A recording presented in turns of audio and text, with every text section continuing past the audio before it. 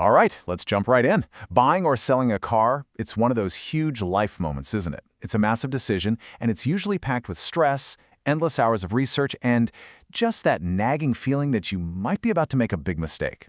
So today, our mission is to cut through all of that noise and give you some genuinely smart strategies. You know the feeling. We've all been there. You're staring at a car, you're listening to the salesperson, and all you can really hear is that little voice inside your head questioning absolutely everything. Well, we're going to shut that voice down with confidence and some real knowledge. So here's our game plan. We're going to start by looking beyond the sticker price to understand the true cost.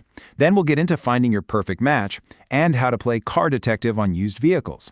After that, we'll dive into making a smart deal, maximizing your car's value while you own it, and finally selling it like an absolute pro.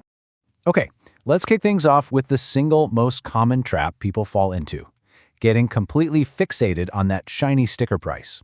The real power move here is understanding that the price you pay up front, well, that's only the beginning of the story.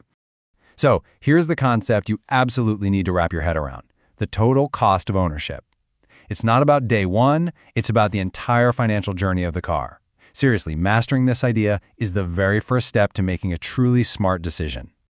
And this is why it's so important. These are what I like to call the hidden dragons that can totally drain your wallet long after you've driven off the lot. Think about it. A car that's cheap to buy but costs a fortune to insure or fuel might not be a bargain at all.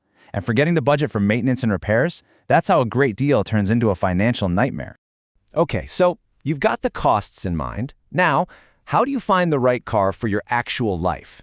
This isn't about what looks the coolest on the street. It's about what serves your needs best, day in and day out.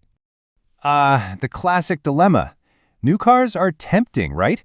You get the latest tech, a full warranty, that peace of mind, but you pay a massive premium for it. Used cars, on the other hand, give you way more car for your money up front, but you absolutely have to do your homework to avoid inheriting someone else's problems. And this number right here, it's just staggering. A brand new car can lose up to a third of its value in the first year alone. Think about that. Letting someone else absorb that massive initial hit is, without a doubt, one of the single smartest financial moves a car buyer can make. Just use this slide as your personal checklist. It all starts with your purpose. Are you commuting solo, or are you hauling kids on road trips? That's going to dictate your needs for things like fuel efficiency and safety. From there, digging into a model's reliability and resale value, that's not just about avoiding headaches. It's about protecting your money for when you eventually sell. Now, if you are leaning towards a used car, it is time to put on your detective hat. This is the part of the process where a little bit of investigation on your part can literally save you thousands of dollars in future repairs. Start with the outside. Uneven panel gaps or mismatched paint, those are huge red flags for a past accident. And seriously, check the tires. If the wear is uneven, it points to potential alignment or suspension issues that are not cheap to fix.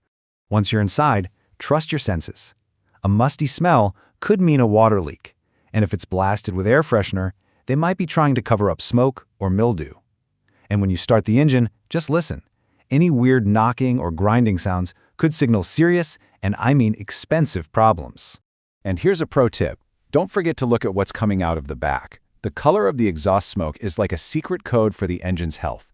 Blue smoke, that means it's burning oil. Thick white smoke, that could mean a very serious coolant leak, like a head gasket problem. None of these are good signs. All right, deep breath. You found the one. It passed your inspection.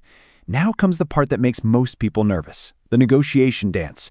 But with the right preparation, you can be the one to lead. This is your game plan. Knowing the market value is your power, but your willingness to actually walk away, that's your superpower. And this is crucial. Ignore all talk about the monthly payment. You need to focus only on the total, final, out-the-door price. Memorize this phrase. Just burn it into your brain.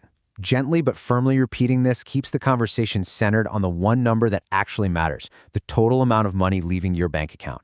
It stops dealers from hiding extra fees inside a low-looking monthly payment. Now, when it comes to paying, you've got options. But here's the real pro tip. Get pre-approved for a loan from your own bank or a credit union before you even go to the dealership. This gives you a benchmark interest rate to compare against their offer, and, maybe more importantly, it turns you into a cash buyer in their eyes, which gives you massive leverage. So, you've bought the car. The deal is done. But the journey isn't over. Not even close. Now it's about shifting your mindset to protecting the value of your new asset. These habits are so simple, but trust me, they pay off big time down the road. But the single most important thing on this list? Keep every single service record and receipt. A thick folder of maintenance history is solid gold to the next buyer. It's proof that the car was well cared for. And now we come to the end of the ownership cycle. When it's finally time to sell, one last smart decision can put thousands more dollars right back into your pocket. This is the final trade-off, isn't it? It all boils down to money versus convenience. Selling your car privately will almost always get you a better price, but it takes time and effort. Trading it in is fast and super easy, but you're paying for that convenience with a lower offer. There's no single right answer here, only what's right for you.